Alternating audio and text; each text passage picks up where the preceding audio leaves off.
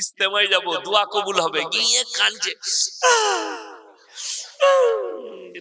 দোয়া করে চলে এলো।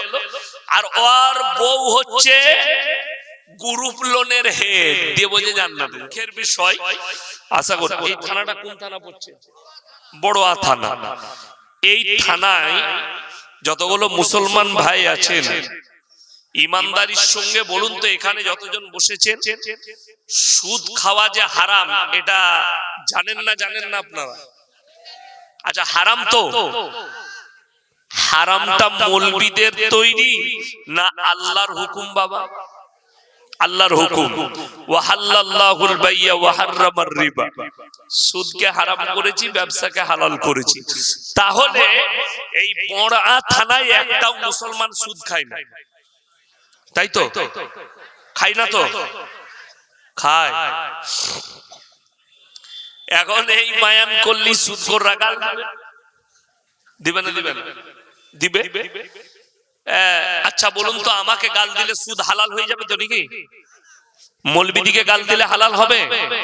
হালাল হবে না। তুমি যদি নবীজিকেও গালি দাও, আল্লাহকেও গালি দাও, আল্লাহর কসম হালাল করতে পারবে না, আল্লাহ হারাম করেছে। এখন মুসলমান সুদ খায়, বিন্দাস। বেঈমান কাফেররা এত মাদ্রাসা জলসা, এত গ্রামে গ্রামে জলসা, পুইনানে ইস্তেমা হলো, 1 কোটি থেকে 2 কোটি লোক বলছে দুয়ায় শামিল হয়েছে। মুর্শিদাবাদ থেকে গাড়ি যাচ্ছে, ও গাড়িতে চেপে গেছে, ইস্তেমায় যাব, দোয়া কবুল হবে, গিয়ে কাঁদছে, দোয়া করে চলে এলো। আর ওর বউ হচ্ছে গ্রুপ লোনের হেড, দিয়ে বোঝে জান্নাতে যাবে। আপনাদের এখানে গ্রুপ লোন, বন্ধন লোন নাই? আছে। এখন কারা গাল দিবে? যার বউ গ্রুপ লোনের হেড তার। আচ্ছা বলুন তো, চুরি করা হারাম, এই কথাটা যদি আমরা বলি, চোরের গায়ে লাগবে না ইমানদারের গায়ে লাগবে? কথা বলেন। চোরের গায়ে। তো তোমার বউ যদি গ্রুপ লোনের হেড হয়, আমরা মৌলবীরা কি করবো? আমি বলছি তোর গায়ে লাগবে। তোর বাপের বেটা মৌলবী যদি থাকে, গ্রুপ লোন আর বন্ধন লোন, এটাকে যদি কোনো বাপের বেটা বাইক ক্যামেরা বলছি, সেই মৌলবী আমার পাশে বসবে, কোরআন হাদিস দিয়ে দলিল দিয়ে দিবে যে না হালাল, আমি জীবনে আর মুর্শিদাবাদে জলসা করবো না, এটা চ্যালেঞ্জ দিলাম। কোনদিন আসবো না আর মুর্শিদাবাদ, শেষ আজকে জলসা। যদি তোমার কোন বাপের বেটা মৌলবী হালাল বলে দিতে পারে বন্ধন লোন আর গ্রুপ লোন, ব্যবসা, সুদের ব্যবসা, যে খাতা সারে, যে দালালি করে, যত রকমের কাজ আছে সুদের সঙ্গে জড়িত, যারা থাকবে সমান পাপের হকদার হবে। সব থেকে নিম্ন স্তরের পাপ নিজের জন্মদাতা মায়ের সঙ্গে জিনা করার সমান পাপ হবে। বলুন নাউজুবিল্লাহ। নিজের আপন মা যে জন্ম দিয়েছে, সেই পাপ হবে। আমাদের দেশের মেয়েরা, কিছু লাভ হোক আর না হোক, 10টা মেয়ে গ্রুপ করেছে, একজন হেড, আর 9টা মেয়ে তাকে ম্যাডাম বলে ডাকে। আপনাদের আবার যাহা ব্যাপার, ম্যাডাম হয়ে গেছে, স্কুলের নয়, সুদ খাওয়ার ম্যাডাম। আর লোককে বলে আমি হেড। তুমি সুদের হেডমাস্টার, কবরে যাও বুঝতে পারবে। মৌলবীর মুখে লাগাম দেবে, আমাদের কথা মানবে না, মানো না। আল্লাহর কসম, কিয়ামতের দিনে তোমাকেও আল্লাহ দাঁড় করাবে, আমাকেও দাঁড় করাবে। যারা মনে মনে ভাবছেন এই মৌলবীদের হিসেব হবে না, পীরদের হিসেব হবে না, মৌলবী মোল্লা পীর ফকির অনেক দূরের কথা। কোরআন সূরা আরাফ প্রথম পৃষ্ঠার মধ্যে আছে 8 পারায়, ফালানাসআলান্নাল্লাযীনা উরসিলা ইলাইহিম ওয়ালানাসআলান্নাল মুরসালিন। নবী, পয়গম্বর, রাসূল সকলকে আমি দাঁড় করাবো। মৌলবীরা তো অনেক দূরের কথা, তাদেরকেও জিজ্ঞাসাবাদ করা হবে, তাদের উম্মতিকেও আমি আল্লাহ জিজ্ঞাসাবাদ করব। তাহলে আমাদের মতো ফুটো মৌলবী কি করে বাদ যাবে? তোমার পীর কি করে বাদ যাবে?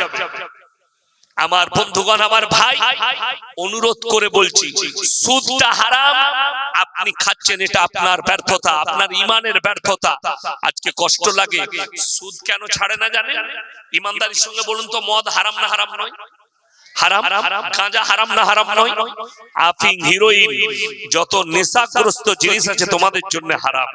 আমার বন্ধুগণ, আমার ভাই, আপনি অবাক হবেন, মুসলমান ছেলে এই মুর্শিদাবাদের মাটিতে দেখাবো, মদ বিক্রিও মুসলমান করে, মদ পান মুসলমান করছে। গাঁজা বেচার স্টাইল আলাদা, মৌলবীরা নামাজিরা ধরতে পারবে না, এত সুন্দর স্টাইলটা কেমন সুন্দর। চায়ের দোকান, আমি মাঝে মাঝে পেরিয়ে গেলে, মালদা ফালদা গেলে, কিছু না হোক আমি কুলিতে গিয়ে ওই কুলিটা পেরিয়ে ভাইয়ের কাছে চা খেয়ে তারপরে যাই। প্রায় আমি এদিকে পেরিয়ে গেল, আজকেও নিয়ত ছিল আমার যে আমি ঢুকবো, আগে কুলি যাব, চা খাবো, হোটেলে বসে কাবাব খাবো, তারপরে এসে জলসায় ঢুকবো, এটা নিয়ত ছিল। কিন্তু আমার চোখে ঘুম, রাত্রে ঘুমাতে পারিনি। দুঃখের বিষয়, আমার গ্রামের একটা মেয়ে বীরভূমে বিয়ে হয়েছিল, কালকে রাত্রে বাচ্চা প্রসব হয়েছে, কাল বিকেলে হঠাৎ নাক মুখ দিয়ে রক্ত, আজকে সে মারা গিয়েছিল। আল্লাহ তাকে জান্নাতি করুক, বলুন আমিন। বাচ্চাটা রয়ে গেছে, আল্লাহ তার ভাগ্যকে তুমি ফিরিয়ে দাও, বলুন আমিন। মেয়ে বাচ্চা হয়েছে, এতে দুঃখর কিছু নাই। তো যে নার্সিংহোমে হয়েছে ওটা আমার বন্ধুর নার্সিংহোম, আশা নার্সিং, আমার বন্ধু, খুব ক্লোজ বন্ধু নাসির ভাই। আমি গেলাম, তারা খুবই ভদ্র, দেখুন ঈমান থাকলে তারা মেনে নিবে। আমি তার পরিবারকে ডাকলাম যে হায়াত আর মত আল্লাহর হাতে, শুধু বাহানার একটা প্রয়োজন, অ্যাক্সিডেন্ট বাহানা, পানিতে ডুবা বাহানা, আগুনে পোড়া বাহানা, বাচ্চা হওয়াটা বাহানা, ওষুধ বাহানা, ডাক্তার বাহানা, পড়ে যাওয়া বাহানা, মৃত্যুটা সত্য। এইটা হচ্ছে ঈমান, যে না, মৃত্যু তকদিরে ছিল, মৃত্যু হতেই পারে। যে ডাক্তার বাবু সিজার করেছেন, খুব ভালো ডাক্তার, রাজু সানা, আমার বড় মেয়ে যখন পয়দা হয় উনি দেখেছিলেন, রাজু সানা, খুব ভালো ডাক্তার। এখন হায়াত নেই, কি আর কি করার আছে, এইটা হচ্ছে ব্যাপার। যাই হোক, আমি ঘুমাতেও পারিনি। তো এই গোটা পশ্চিম বাংলায় এমন কিছু চায়ের দোকান চলছে, আমরা গেলে ও হুজুর এই যে দাঁড়া, চেয়ারটা মুছে দিলে বসলাম, চা বিক্রি করছে। চা আমার জন্য গাঢ় দুধের চা হবে। আরো দুজন বাইক নিয়ে এলো, ঢোকার পরে বলছে ভাই দুটো চা দে তো, আর দুটো দিস। আমি চিন্তা করলাম, শালা চা দুটো দে আবার দুটো দিস, ওই মাল দুটো কি আমরা তো জানি না। আর ওরা মনে করছে মৌলবীরা তো বোকা, স্কুলে যায়নি। ওই দুটো কি জানেন? গাঁজার পুড়িয়া। হারামখোর চায়ের দোকানে গাঁজার পুড়িয়া বিক্রি করছে, ও মনে করছে মৌলবীরা জানতে পারবে। আমরা তো ইশারায় কথা বলছি। বড় কষ্ট লাগে, দুঃখ লাগে, বেদনা। মুসলমান কুলিতে চলো, প্রকাশ্যে বিক্রি করছে মুসলমান লটারির টিকিট। সে মাল আবার জুম্মার দিনে আতর লাগিয়ে ফাঁস কাতারে বসে। আমি বললি খারাপ মৌলবি, গালি দেবে। সুদখোর কিন্তু জুম্মার দিনে আগে গোসল করে। হ্যাঁ,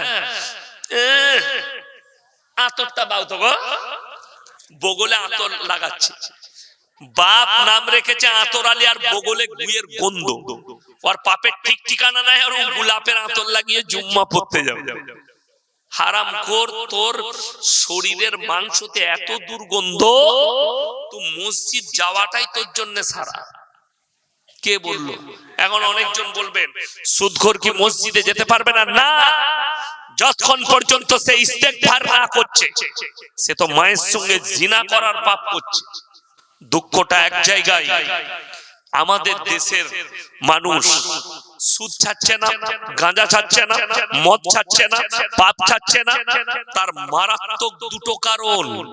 একটা হচ্ছে কি? একটা হচ্ছে এই যে জালসা। আমার আগে আজিজুল ভাই আদায় করছিল না, আদায় দাও ভাই।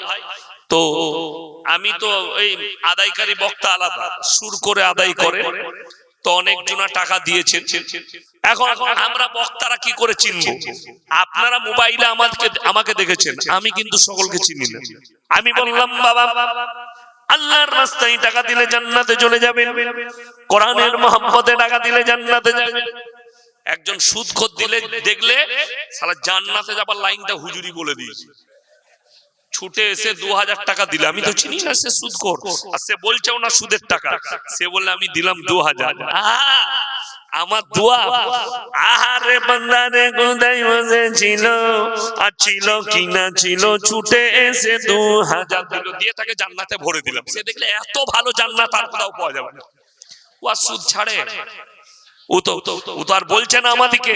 তুই একবার হুজুরকে বললি না যে হুজুর আমি সুদের টাকা দিচ্ছি, হুজুর লিত কিনা, মাদ্রাসাওয়ালা লিত কিনা একবার দেখতিস। নাম্বার 2, আর একটা লাইন আছে, ওই যে আমাকে ইট মারবো বলেছে জিলাপি হুজুরের মুড়ি, কেন? ওই আর একটা হচ্ছে যত রকমের পাপ করবি কর, যা করবে করুক, মরে গেছে মিলাদ পড়ি দিলেই জান্নাত। মিলাদ হয় না? হয় না? হয়। বাবারে, ও তো খানা করে হুজুর মিলাদ পড়াচ্ছে। সবারই কথা বাদ দেন, আমাকেই দাওয়াত দিয়েছে। আমি এলাম বর্ধমান থেকে, বাবা কলজে ভুনা, গুর্দু ভুনা, ভুনা দেশি মুরগি, পোনা, রুটি আর কাবাব, খাবারের শেষ নাই। খেয়ে দিয়ে এরপরে মিলাদ পড়িয়ে দোয়া চলছে, চাচার লেগে দোয়া, আল্লাহ তুমি জান্নাতুল ফিরদাউস দান করো, আল্লাহ তুমি আকা মাকাম দান করো। যখন গাড়িতে চাপতো, পাড়ার একজন চাচা বলছে হুজুর দাঁড়ান দাঁড়ান, কথা আছে। কি বাপ? বলে যাকে জান্নাতে ভরলেন মালটাই 1 নম্বরে সুদ করছিলাম আমরা, তোবা তোবা তোবা। কাকে দিলাম? এখন আপনার ব্রেনে আঘাত লাগবে, হুজুর সুদের ওপরে জীবন কাটিয়েছে, হারাম জানার পরে এর জন্য কি দোয়া করা যাবে না? আমার কাছে ফতোয়া নিলে তার জানাজার নামাজটাও পড়া যাবে না। সে যদি অস্বীকার করে যে আমি কোরআন মানি না, আল্লাহ মানি না, আমি সুদ খেয়ে যাব, জিদ করে করে সুদ খাই। কোরআনে আছে কেউ যদি হারাম জানার পরে সুদ খায়, সুদের ব্যবসা করে, এই লোক যেন ডাইরেক্ট আল্লাহর সঙ্গে যুদ্ধ ঘোষণা করে দিল। যে লোক আল্লাহর সঙ্গে যুদ্ধ ঘোষণা করছে, এই লোক আর মুসলমান থাকতে পারে? কথা বলে না? এই লোক আর মুসলমান থাকবে না। আমার বন্ধুগণ, আমার ভাই, যে গালি দিবেন গালি দেন, সুদ কিন্তু আল্লাহর কসম হালাল করতে পারবে না, কোন রাস্তা নেই। তুমি যে মিলাদ পড়িয়ে জান্নাতে যাবে মনে করছো, তোর হুজুর মার খাবে আর তুই রেডি থাক, তুই তো খাবি।